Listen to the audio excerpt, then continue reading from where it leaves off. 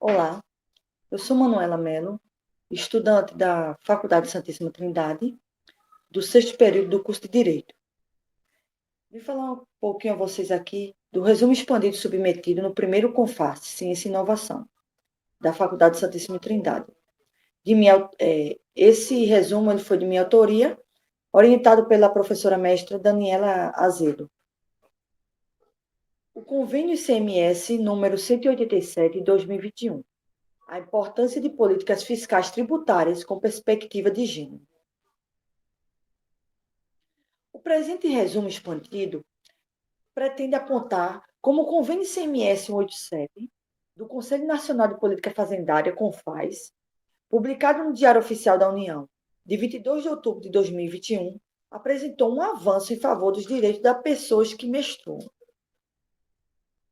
Esse convênio definiu que os estados e o Distrito Federal estão autorizados a isentar do imposto sobre operações relativas à circulação de mercadorias, ICMS, as operações realizadas com absorventes íntimos, internos, externos, tampões higiênicos, coletores e discos menstruais, calcinhas absorventes e panos absorventes íntimos, destinados aos órgãos da administração pública direta e indireta.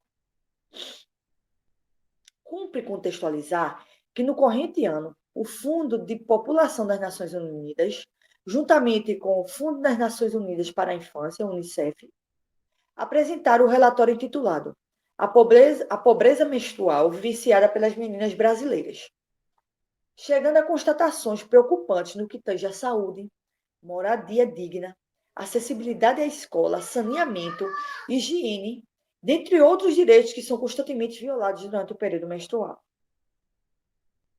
Alguns estados e municípios do país possuem a própria diretriz de atuação de política pública no que tange a tal situação, seja pela isenção de CMS, seja pela distribuição dos produtos diretamente às pessoas que menstruam, mas muitas vezes, por não encarar a questão na perspectiva de estar concretizando direitos fundamentais e direitos humanos, nem sempre o ente federativo possui política nesse sentido. Por isso, o Convênio 187 de 2021 revela-se como um passo importante no enfrentamento da pobreza menstrual. Metodologia. Para que fosse feito esse trabalho, para sua consecução, foram utilizados os marcos bibliográficos trabalhados no presente resumo sobre política fiscal tributária com perspectiva de gênero. Da necessária redução de desigualdade na política fiscal tributária. A Constituição Brasileira de 1998, em seu artigo 5º, garante que homens e mulheres são iguais em direitos e obrigações. Estabelece também, segundo disposto no artigo 145, o princípio da igualdade tributária, que veda o tratamento desigual entre contribuintes que estejam em situação equivalente, proibindo qualquer distinção, por exemplo, em razão profissional ou em função por eles exercida.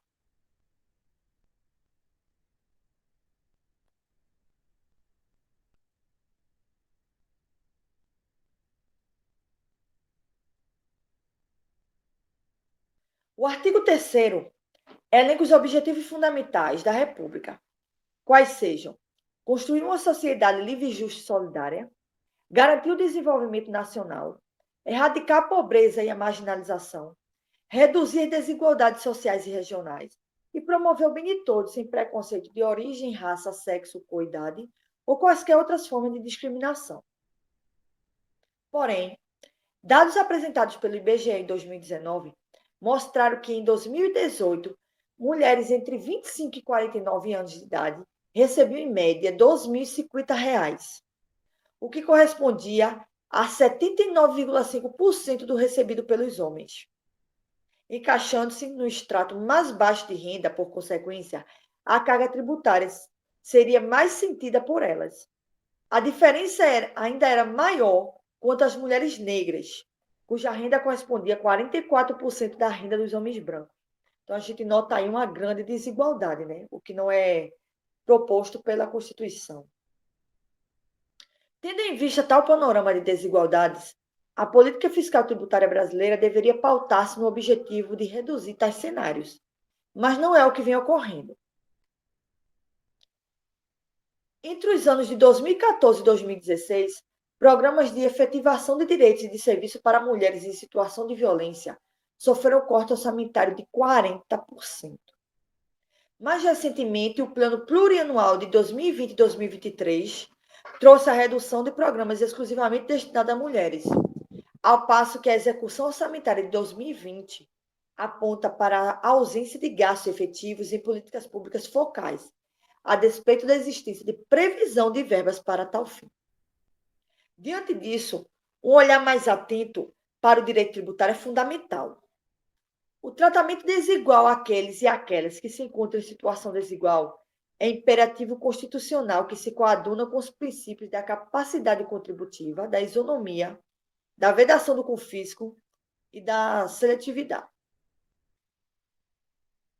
Esses princípios que foram abraçados pela Constituição brasileira, entre eles tem a dignidade da pessoa humana como fundante de nossa sociedade e a estrutura do Estado social e democrático de direito. Nesse contexto, é importante destacar que tratar a desigualdade de gênero, como aqui proposto, produz efeitos mais amplos no enfrentamento aos desafios com os quais se depara a sociedade brasileira em relação a questões de raça, de classe social, por seu caráter transversal.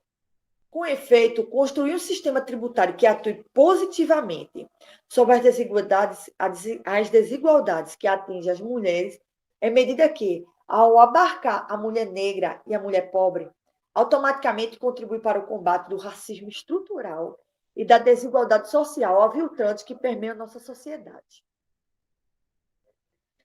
Sobre esses produtos menstruais, quais falamos, encontram-se os absorventes, por serem itens da saúde básica das pessoas que menstruam, e sobre eles incidem uma carga tributária de quase 30%, considerando a alíquota de entre 18% e 25% do Imposto sobre Circulação de Mercadorias e Serviços, ICMS, de 1,65% do Programa de Integração Social, PIS, e de 7,6% da contribuição para financiamento da Seguridade Social, CONFINS.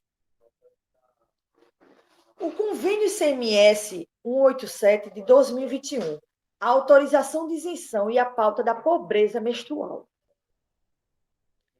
Como vimos acima, a carga tributária, como vimos anteriormente, a carga tributária sobre produtos que são de extrema necessidade para a saúde feminina é fator que agrava o fenômeno da pobreza menstrual, sendo essa entendida como um fenômeno complexo, transdisciplinar e multidimensional, vivenciado por meninas e mulheres, devido à falta de acesso a recursos, infraestrutura e conhecimento para que tenham plena capacidade de cuidar de sua menstruação. Segundo o relatório do Unicef, mais de 4 milhões de meninas não teriam acesso aos absorventes íntimos, muitas vezes fazendo uso de jornal, pedaço de pano, folha de árvore, para suprir a ausência do produto recomendado, por não ter condições financeiras de comprá-lo, constatando-se que no período menstrual muitas se ausentaram de suas atividades regulares, como ir à escola, por exemplo. Portanto, compreendendo-se o acesso a produtos de higiene menstrual a preços acessíveis como uma questão ligada à dignidade de todas as mulheres, a alta carga tributária incidente sobre tais produtos surge como um obstáculo fundamental para a igualdade de gênero e implementação dos direitos fundamentais. Com esse entendimento, países como Quênia e Alemanha retiraram a incidência de tributos de tais produtos. Assim, o Convênio 87 de 2021, ao autorizar que os estados e o Distrito Federal isentem o ICMS as operações realizadas com produtos relacionados à dignidade menstrual e que são destinados aos órgãos da administração pública, direta e indireta, acaba por influenciar positivamente para a redução do fenômeno da pobreza menstrual. Concluímos com esse trabalho, por tudo que foi exposto, que o Convênio ICMS 187 de 2021 mostra-se como um potencial instrumento na promoção de justiça com base na perspectiva de gênero através da política fiscal tributária. É necessário, porém, que os operadores e gestores públicos pautem suas ações e escolhas visando a redução das desigualdades, com base na Constituição, promovendo a dignidade dos mais vulneráveis. Aqui temos um pouco das referências.